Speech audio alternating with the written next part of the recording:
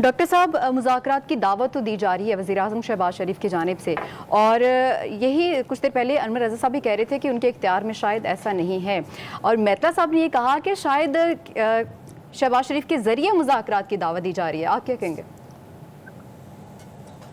دیکھیے، شاہد صاحب کہہ رہے ہیں کہ چین بھی چاہتا ہے کہ پاکستان میں سیاسی استحکام آئے، امریکہ بھی چاہتا ہے، ہمارے جو عرب ممالک ہیں دوست وہ بھی یہ چاہتے ہیں. جی. لیکن کیا پی ٹی آئی یہ سمجھ پاتی ہے یا چاہتی ہے کہ سیاسی استحکام پاکستان کے اندر پی ٹی آئی کے مفاد میں؟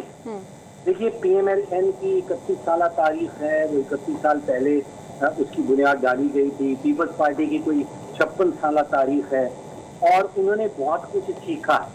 مجھے لگتا ہے ایسا ہے کہ انہوں نے 2 یا 3 چیزیں جو سیکھی ہیں، وہ ایک یہ ہے کہ سیاسی معاملات جو ہیں وہ سیاسی مذاکرات کے بغیر آگے نہیں بڑھ سکتے.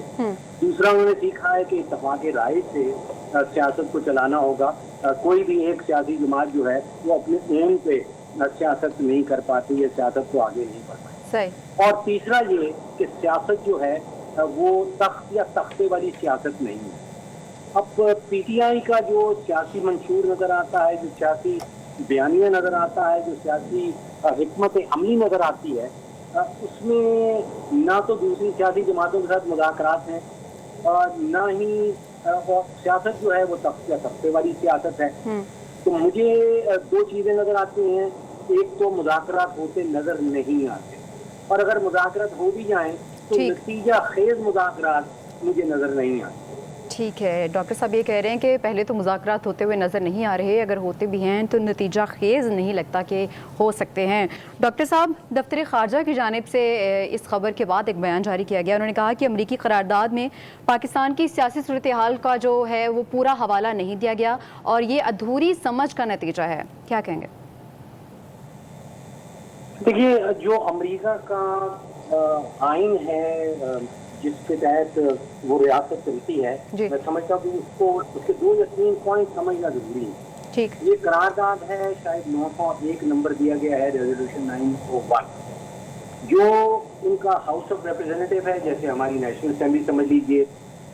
وہ جو ریزولوشن پاس کرتی ہے وہ امریکہ کے قانون کے تحت ایک اوپینین ہوتی ہے، ایک رائے ہوتی ہے. تو یہاں پہ اس کے ممبران نے ایک رائے کا اظہار کیا ہے.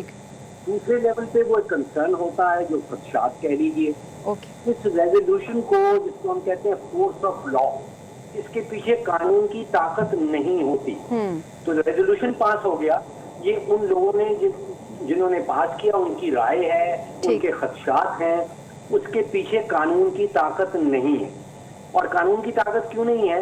کیونکہ امریکہ کے قانون میں جو ریاست امریکہ ہے وہ 3 حصوں میں ہے. جیسے ہماری ریاست ہے، اس میں انتظامیہ ہے، پارلیمان ہے اور عدلیہ ہے.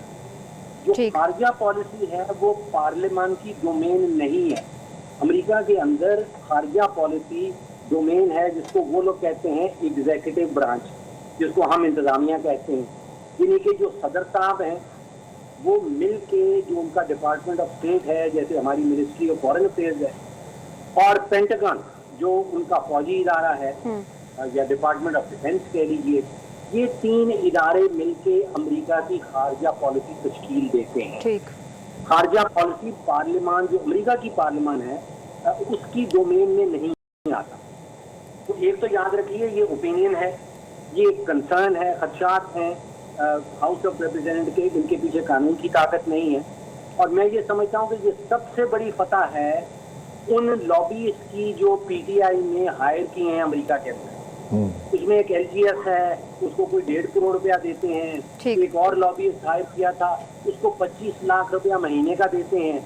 تو یہ ان لابیز کی فتح ہے کہ انہوں نے ہاؤس آف ریپرزینٹیو کے اندر بیٹھ کے اور وہاں بیٹھنے والوں کے بعد ایک رائے کا اظہار کیا ہے، خدشات کا اظہار کیا ہے.